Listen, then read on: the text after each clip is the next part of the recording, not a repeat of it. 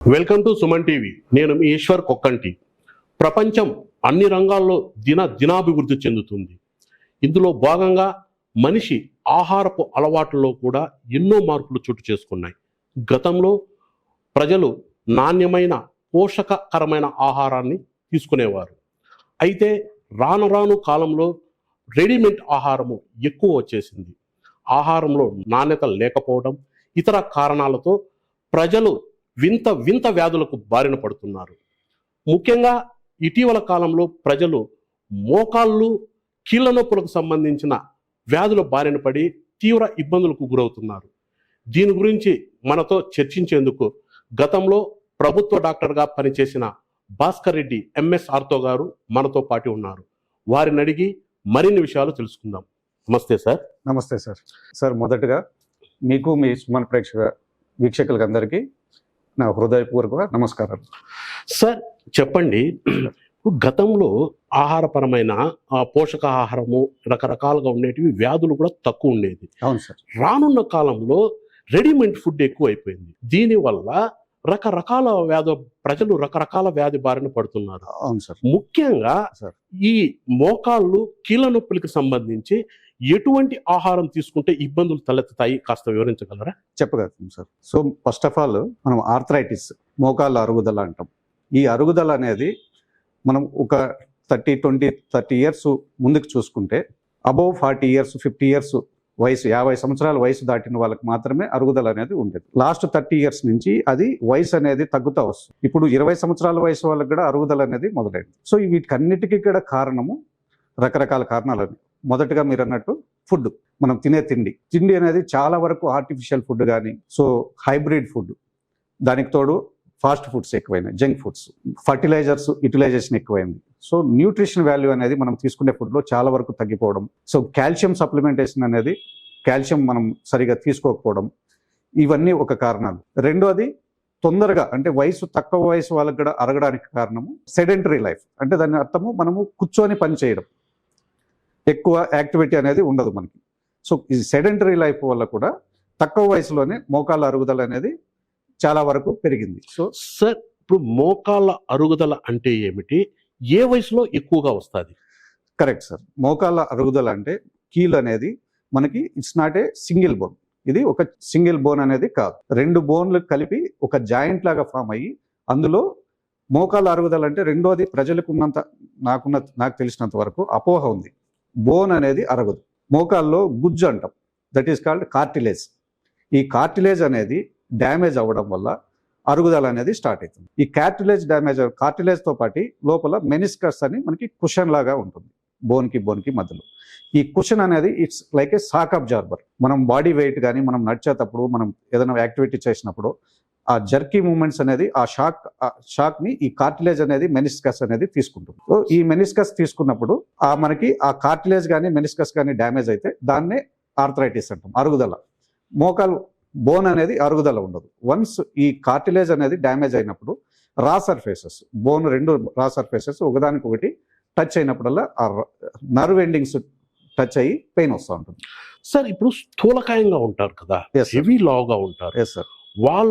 వాళ్ళకే ఎక్కువ ఈ మోకాళ్ళకు సంబంధించిన ప్రాబ్లమ్స్ తలెత్తుతాయి అన్న ప్రచారం ఉంది. ఇందులో వాస్తవం ఎంత సార్? ఇందులో వాస్తవం ఉంది, అవాస్తవం ఉంది సార్. వెయిట్ ఎక్కువ ఉండడం వల్ల అనేది, సో మోకాలు first of all weight bearing joint, అంటే టోటల్ బాడీ వెయిట్ అనేది మోకాల మీదే ఉంటుంది. సో వాస్తవం అంటే ఏంటంటే ఎక్కువ వెయిట్ ఉండడం వల్ల మనకి యాక్టివిటీ లేకపోవడం అనేది ఒక కారణము, ఎక్కువ వెయిట్ ఉన్న వాళ్ళు. రెండోది ఆ బాడీ వెయిట్ అనేది టోటల్ మన మోకాల మీదే ఉండడం అనేది ఇంకొక కారణం. వీటి వల్ల ఎక్కువ అరుగుదల అనేది స్థూలకాయం ఉన్న వాళ్ళకి ఎక్కువ శాతం ఉంటుంది. సార్, ఇప్పుడు మోకాళ్ళ అరుగుదలకు కారణాలు ఏంటి?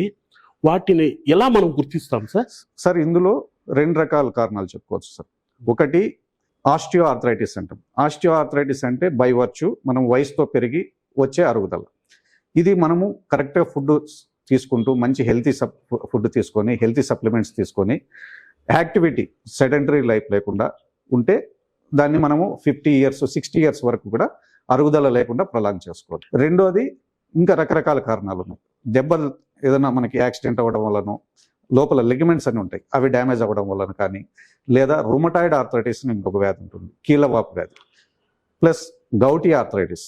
ఈ మధ్య కరోనా రావడం వల్ల ఎక్కువ స్టీరాయిడ్స్ యూటిలైజేషన్ వల్ల కూడా మోకాళ్ళ అరుగుదల అనేది చాలా వరకు పెరిగింది. సార్ ఇప్పుడు మోకాళ్ళ అరుగుదల ఎన్ని దశలుగా ఉంటుంది సార్? అది 4 దశలు ఉంటుంది సార్. ఇందులో మొదటి దశ, రెండో దశ, మూడో దశ, 4 దశ. ఇందులో పర్సెంటేజ్ ఆఫ్ ఆర్థరైటిస్ ఎంత అరుగుదల ఉంది అనే దాన్ని బట్టి మనం 4 దశలు ఉంటుంది. ఈ 4 దశల్లో ఎందుకు మనం 4 దశలుగా దీన్ని విభజించుకున్నామంటే ఈ అరుగుదలను బేస్ చేసుకొని ఎంత పర్సెంటేజ్ ఆఫ్ పెయిన్ ఉంది దాన్ని బేస్ చేసుకొని ట్రీట్మెంట్ అనేది బేస్ అయి ఉంటుంది. దీనికోసము మేము మెడికల్గా దాన్ని 4 దశలుగా చూస్తాం. ఇప్పుడు మోకాళ్ళ అరుగుదలని మీరు ఎలా నిర్ధారిస్తారు సార్?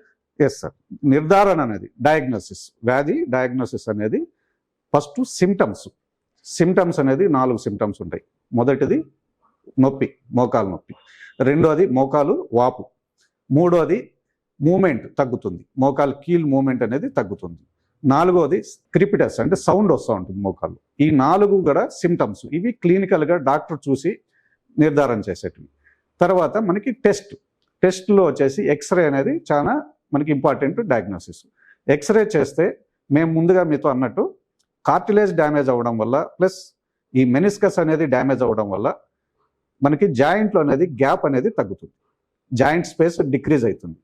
సో ఈ వీటన్నిటిని బేస్ చేసుకొని మోకాళ్ళ అరుగుదల అనేది డిసైడ్ చేస్తాం.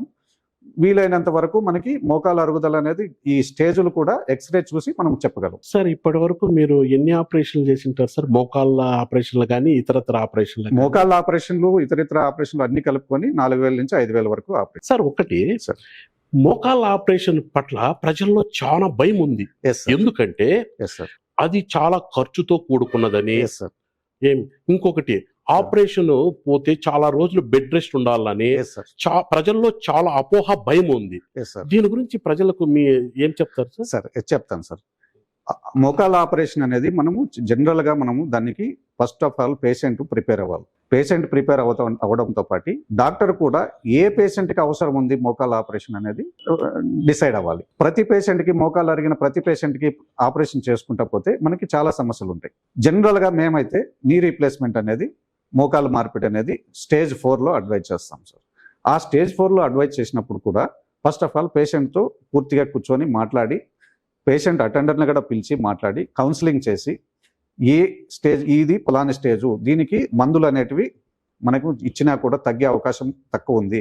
సో ఆపరేషన్ చేసుకుంటే మనకి మోకాళ్ళ మార్పిడి ఆపరేషన్ చేసుకుంటే రెస్ట్ ఆఫ్ ద లైఫ్ చాలా సంతోషంగా ఉంటుంది, నొప్పి లేకుండా ఉంటుంది. Patient day to day activities కూడా చాలా పీస్ఫుల్గా ఉంటాయి అనే విషయం అనేది వాళ్ళకి ఎక్స్ప్లెయిన్ చేయాలి. ప్లస్ మనం మోకాళ్ళ మార్పిడిలో కూడా గుజ్జు వరకు మాత్రమే తీసేస్తాం, మోకాలు చిప్ప బోన్ అనేది తీయం. ఆ గుజ్జు తీసేసి మోకాలు చిప్పలు అనేటివి పెడతాం.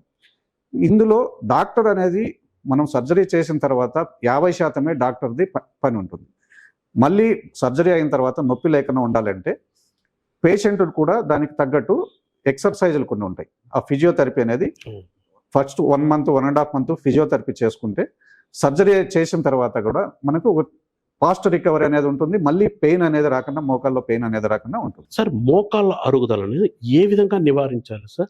మోకాళ్ళ అరుగుదల అనేది నివారణ వచ్చేసి చాలా ఉత్తమమైన పని సార్. ప్లస్ ఈ అరుగుదల అనేది మనం ఎంత డిలే చేస్తే మన లైఫ్ అనేది అంత బాగుంటుంది. యాక్టివిటీస్ దాని ప్రకారం యాక్టివిటీస్ చేసుకోవాలా. నివారణలో మొదటిగా మనం చేయాల్సింది సెడెంటరీ లైఫ్ అనేది ఉండకూడదు. ప్రతి మనిషి యాక్టివిటీ అనేది చాలా ఇంపార్టెంట్. ఈ కాలంలో ఇప్పుడంతా కంప్యూటర్ యుగంలో యాక్టివిటీ లేకపోవడం వల్ల, సెడెంటరీ లైఫ్ వల్ల అరుగుదల అనేది ఫాస్ట్ ఉంది. సో ఫిజికల్ యాక్టివిటీ అనేది ఫస్ట్ మనం దాని మీద కొంచెం స్ట్రెస్ చేయాలి. ఫిజికల్ యాక్టివిటీ అనేది పర్ డే అట్లీస్ట్ ఒక 2 kilometers నుంచి 5 kilometers అనేది బ్రిస్క్ వాకింగ్. ఎక్కువ మనం జాగింగ్ లాంటివి, రన్నింగ్ లాంటివి చేయకుండా బ్రిస్క్ వాకింగ్ అనేది చాలా ఇంపార్టెంట్. అప్పుడు దానివల్ల మనకి కీళ్ళకు అనేది బలం ఉంటుంది, దాని చుట్టూ ఉన్న కండకి బలం ఉంటుంది. మన చిన్న చిన్న వాటికంతా మోకాలు నొప్పులు రాకుండా ఉంటాయి. రెండోది, వీలైనంత వరకు ఎక్కువ అరుగుదల ఉన్న వాళ్ళు ఎక్కువ స్టెప్స్ ఎక్కకుండా దిగకుండా చూడాలా. వాకింగ్ చేసుకోవాలంటే ప్లెయిన్ సర్ఫేసెస్లో చేసుకోవాలి వాకింగ్. అప్ అండ్ డౌన్లో చేయకూడదు వాకింగ్. వీలైనంత వరకు ఫ్లోర్ మీద కూర్చోవడం అవాయిడ్ చేయాలి. ఎక్కువ స్టెప్స్ ఎక్కేది దిగేది అవాయిడ్ చేయాలి. ఇండియన్ టాయిలెట్ వీలైనంత వరకు అవాయిడ్ చేసి వెస్ట్రన్ టాయిలెట్ వాడుకోవాలి. ఎక్కువ అరుగుదల ఉన్న వాళ్ళు, బిగినింగ్లో ఉన్న వాళ్ళకి వెస్ట్రన్ టాయిలెట్ వాడకపోయినా కూడా పర్వాలేదు. మోకాళ్ళ అరుగుదల సార్ అతనికి వచ్చిందని ఎలా గుర్తిస్తాం ఫస్ట్ లో? ఇప్పుడు కొంతమందికి తెలియదు, ఏదో నొప్పి, మోకాలు నొప్పి ఉంది అనేసి చాలా మంది టాబ్లెట్లు వాడేస్తున్నారు. అవును సార్. ఇప్పుడు మోకాళ్ళ అరుగుదల ఆ వ్యక్తికి వచ్చిందని ఎలా మనం ఐడెంటిఫై చేయగలుగుతాం? అదే సార్, మీకు ఇంతకు ముందే చెప్పినట్టు సిమ్టమ్స్ 4 రకాల సిమ్టమ్స్ ఉంటాయి. ఒకటి పెయిన్, రెండోది వాపు, మూడోది జాయింట్ మొబిలిటీ, మనం ఫ్రీ మూమెంట్ అనేది కొంతవరకు తగ్గుతుంది, నాలుగోది సౌండ్స్. ఈ 4 ప్రతి పేషెంట్కి ఉండాలని ఏం లేదు సార్. ఈ 4లో ఏదో ఒకటి ఉన్నా మోకాళ్ళ సిమ్టమాటిక్గా మోకాళ్ళ అరుగుదల అనేది ఉంటుంది. ఎక్స్రే వైజ్ తీసుకుంటే మనకి జాయింట్ స్పేస్ అనేది తగ్గి కొంచెం కార్టిలేజ్ డ్యామేజ్ అవడం వల్ల స్క్లీరోసిస్ అంటాం. జాయింట్లో మనకి ఎక్స్రేలో అది తెల్లగా కనపడుతుంది. సో దీన్ని ఈ విధంగా మనము మోకాళ్ళ అరుగుదల అనేది నిర్ధారణ చేయొచ్చు. సార్, ఈ మోకాళ్ళ నొప్పి కానీ కీళ్ళ నొప్పులు కానీ జన్యుపరంగా సంభవించే అవకాశాలు ఏమైనా ఉంటాయా ఉంది సార్? సార్, అవకాశం అయితే ఉంది. జన్యుపరంగా అనేది చాలా తక్కువ.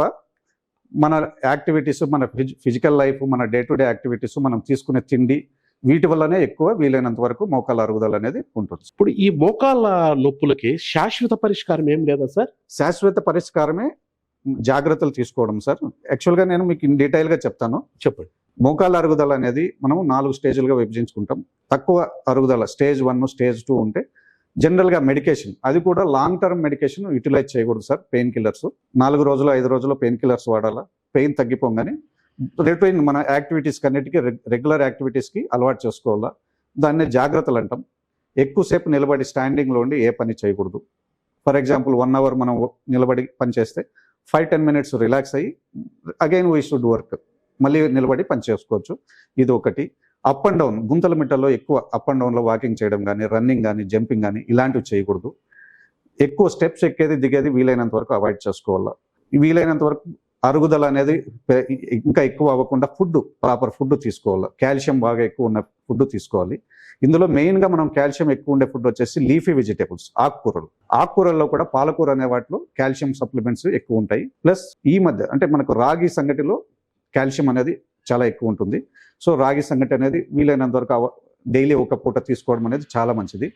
డ్రై ఫ్రూట్స్లో కూడా మనకి కాల్షియం రిచ్ ఉంటుంది. సో ఈ డ్రై ఫ్రూట్స్ కూడా డైలీ ఏదో ఒక వెరైటీ తీసుకోవడం అనేది చాలా మంచిది. ఎగ్ మనకి వీలైనంత వరకు వీక్లీ ట్వైస్ ఎగ్ తినడం అనేది కాల్షియం సప్లిమెంట్స్ బాగా వస్తుంది. ఇది ఫుడ్ వరకు. యాక్టివిటీస్ చెప్పాను, ఫుడ్ చెప్పాను. ఇది తక్కువ స్టేజ్ అంటే స్టేజ్ 1 స్టేజ్ ఉన్న వాళ్ళకి, స్టేజ్ 2 ఉన్న వాళ్ళకి ఈ విధంగా ఫుడ్ తీసుకుంటూ యాక్టివిటీస్ చేస్తూ కొన్ని ఎక్సర్సైజులు ఉన్నాయి దానికి మోకాళ్ళ నొప్పులకు సంబంధించి. ఆ ఎక్సర్సైజులు రెగ్యులర్గా ఒక 10 to 15 minutes morning, 10 to 15 minutes night రెగ్యులర్గా చేసుకుంటూ ఉంటే ఎలాంటి మోకాళ్ళ నొప్పులు ఉండవు. He will lead happy life. At least 5 to 10 years ఎలాంటి మెడిసిన్స్ తినే పని లేకుండా హ్యాపీగా ఉంటారు. మోకాళ్ళ ఆపరేషన్ కి మీరు కొన్ని ఇవి వాడతారు కదా సార్, వాటికి ఏమంటారు? మోకాళ్ళ చెప్పులు. అంటే వాటిలో కొన్ని ఇండియన్ మేడ్ ఉంటాయి, కొన్ని ఫారిన్ మేడ్ ఉంటాయి.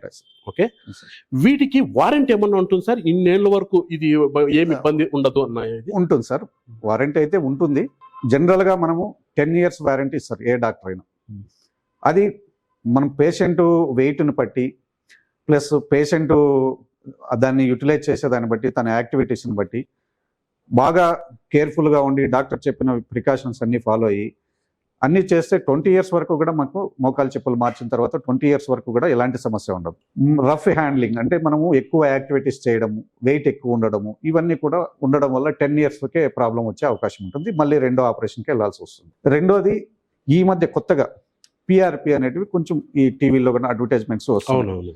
ఈ పిఆర్పి అనేది జనరల్గా ఏంటంటే సార్ మనకి స్టేజ్ 1 స్టేజ్ 2 వరకు అది కూడా ఇంట్రా ఆర్టికులర్ పిఆర్పి ఇంజెక్షన్స్ ఇస్తారు కార్టిలేజ్ ఇంప్రూవ్ అవ్వడానికి.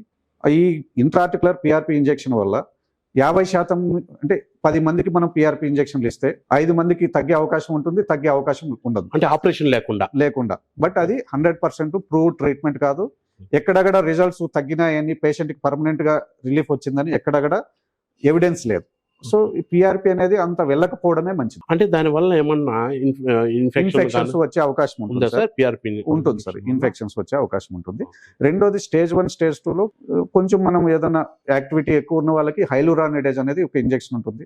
అది తీసుకుంటే మనకు 1 year 2 years బాగా బెటర్మెంట్ ఉంటుంది. హైలురానిడేజ్ అనేది అలాంటివి తీసుకోవచ్చు. కానీ పిఆర్పి వల్ల ఇప్పటిదాకా అయితే ప్రూవ్డ్ రిజల్ట్స్ లేవు. దానికి వెళ్ళకపోవడమే మంచిది సార్. అంటే కొంతమంది గ్రామీణ ప్రాంతాల్లో ప్రజలకి సార్ ఈ మోకాళ్ళ ఆపరేషన్, ఈ మోకాళ్ళకు సంబంధించిన ఈ Sir. ఇబ్బందులు తలెత్తితే చాలా మంది ఈ తైలాలు పోయటాలు, Sir. లేకపోతే ఈ కొన్ని నాటు వైద్యాలు పోయటాలు ఇట్లాంటివి చేస్తుంటారు. అవును సార్. వీటి వల్ల ఏమైనా ప్రయోజనం ఉంటుందా సార్? 100% ఉండదు సార్. అది మనం ఒక రకంగా చెప్పాలంటే just like Zandu balm effect. ఇప్పుడు మనకి తలనొప్పి వస్తుంది, జెండు బామ్ పూసుకుంటాం. జెండు బామ్ వల్ల తలనొప్పి తగ్గుతుందని ఎక్కడ లేదు. ఎందుకంటుంటానంటే కొన్ని యాడ్స్ కూడా వస్తుంటాయి, అవును సార్. ఈ తైలం పూస్తే మీకు మోకాళ్ళ నొప్పి ఉండదు అని. 100% చాలా మంది పాపం ప్రజలు వాటిని తెప్పించుకొని పూసుకుంటున్నారు. అవును సార్. కానీ వాళ్ళకు అంటే నాకు తెలియదు కాబట్టి, మీకు దానిపైన అవగాహన అవును సార్. ఉంటుంది కాబట్టి, ఆ తైలాలు పూస్తే ఏమన్నా తగ్గుతుందా? 100% ఉండదు సార్. అది మానసికంగా మనం మెంటల్ గా దానికి అకష్టం అవుతాం, అంటే దానికి అడ్జస్ట్ అవుతాం కాబట్టి ఏదో పూసుకున్నాము మనకు తగ్గింది అనే ఫీలింగ్ వస్తాం తప్ప, తగ్గుతుంది తప్ప దానివల్ల ఎలాంటి తగ్గుదల అనేది ఉండదు. జస్ట్ లైక్ జెండు బామ్ లాగా మనం జెండు బామ్ పూసుకుంటే ఆ ఇరిటేషన్ వల్ల పెయిన్ తగ్గుతుందే తప్ప జెండు బామ్ వల్ల మనకు ఎలాంటి ఉపయోగం ఉండదు. ఇలాంటి మోకాళ్ళకి ఇచ్చే లింట్మెంట్స్ అంటారు, అది ఆయుర్వేదిక్ ప్రిపరేషన్. Okay. దానివల్ల ఎలాంటి ఉపయోగం ఉండదు. కీళ్ళ అరుగుదల సార్ ఎన్ని రకాలుగా ఉంటాయి? వాటిలో తీవ్రంగా ప్రభావం చూపేది ఏది సార్? 4 రకాలుగా ఉంటుంది సార్. 4 రకాల్లో స్టేజ్ 4 అనేది చాలా తీవ్రమైన అరుగుదల, అంటే 100% కీలు అనేది అరిగిపోవడం అనేది జరుగుతుంది. ఇలాంటి వాళ్ళకి మనం ఎలాంటి మెడికేషన్, ఈవెన్ అలోపతిక్ మెడికేషన్ తీసుకున్నా కూడా, టాబ్లెట్స్ వాడినా కూడా నొప్పి అనేది తగ్గదు.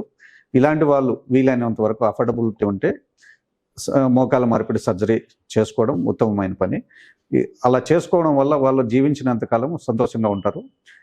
మిగతా ట్రీట్మెంట్లకి వెళ్ళి వాళ్ళ హెల్త్ పాడు చేసుకోవడం అనేది ఉత్తమమైన పని కాదు సార్. ఇంకొకటి అంటే ఇప్పుడు ఫైనల్ క్వశ్చన్ అనుకోండి సార్. మోకాళ్ళ శస్త్రచికిత్స ఖర్చుతో కూడుకున్నది. ప్రభుత్వము ఎస్ సార్, ఆరోగ్యశ్రీ పెట్టింది. ఈ ఆరోగ్యశ్రీలో మోకాళ్ళ శస్త్రచికిత్స ఉందా సార్? ఉంది సార్. గవర్నమెంట్ ప్రజెంట్ ఉన్న గవర్నమెంట్ ఆరోగ్యశ్రీలో మోకాళ్ళ మార్పిడి అనేది ఇన్క్లూడ్ చేసింది సార్. సో ఎవరైనా మోకాళ్ళ మార్పిడి చేసుకోవాలనుకున్న వాళ్ళు హాస్పిటల్కి వెళ్ళి, అది స్టేజ్ 4 వాళ్ళు చేసుకుంటే వాళ్ళకి రిజల్ట్ అనేది బాగుంటుంది. ఆరోగ్యశ్రీలో ఉంది కాబట్టి వెళ్ళి చేసుకోవచ్చు. స్టేజ్ 1, స్టేజ్ 2 వాళ్ళు మాత్రం ఆపరేషన్కి వెళ్ళకపోవడం మంచిది. నేను ఇప్పటిదాకా చెప్పినట్టు స్టేజ్ 1, స్టేజ్ 2, ఈవెన్ స్టేజ్ 3 వాళ్ళు కూడా ఆపరేషన్కి వెళ్లకుండా మనం ఇనిషియల్ ట్రీట్మెంట్స్ ఏవైతే ఎక్కువ మెడికేషన్ యూజ్ చేయకుండా ఫుడ్, హెల్దీ ఫుడ్, కాల్షియం బాగా ఎక్కువ ఉన్న ఫుడ్ తీసుకుంటూ, ఎక్సర్సైజులు చేసుకుంటూ, కొన్ని మోకాలకు సంబంధించిన ఎక్సర్సైజులు ఉంటాయి, quadriceps strengthening exercise, hamstring strengthening exercise అంటాము. ఈ ఎక్సర్సైజులు డాక్టర్ సలహాతో ఎక్సర్సైజులు చేసుకుంటూ డైలీ ఒక 15 to half an hour, 15 minutes to half an hour ఎక్సర్సైజులు మార్నింగ్ ఈవినింగ్ చేసుకుంటూ, మంచి డైట్ తీసుకుంటూ, మనం కూడా యాక్టివిటీస్ కొంచెం కంట్రోల్డ్ యాక్టివిటీస్తో పని చేసుకుంటూ మోకాలు నొప్పులు తగ్గించుకోవడం అనేది చాలా ఉత్తమమైన పని. అనవసరమైన మెడికేషన్ తీసుకొని హెల్త్ పాడు చేసుకోకుండా, అనవసరమైన ఇప్పుడు రకరకాల ట్రీట్మెంట్లు అడ్వర్టైజ్మెంట్లు ఉంటాయి, వాటికి అన్నిటికీ అట్రాక్ట్ కాకుండా మనకి ఏదైతే డాక్టర్ ప్రూవ్ ట్రీట్మెంట్ ఉంది, దానివల్ల తగ్గుతుంది, మనకి దానివల్ల ఇంప్రూవ్మెంట్ ఉంది అనేటివి వాటికి డాక్టర్ సలహాతో పాటిస్తూ మోకాల నొప్పి తగ్గించుకోవడం అనేది స్టేజ్ 1 నుంచి స్టేజ్ 3 వరకు చాలా ఉత్తమమైన పని. స్టేజ్ 4లో మాత్రం చాలా సివియర్ ఆర్థరైటిస్ ఉంటుంది, వాటికి మాత్రం మోకాల మార్పిడి ఆపరేషన్ చేసుకోవడం అనేది మంచిది. మోకాళ్ళు కీళ్ళ నొప్పులకు సంబంధించి డాక్టర్ భాస్కర్ రెడ్డి గారు ఇచ్చిన సలహాలు, సూచనలు, మీ అమూల్యమైన అభిప్రాయాలను సార్ సుమన్ టీవీతో పంచుకునేందుకు మరొకసారి మీకు ధన్యవాదాలు. సంతోషం.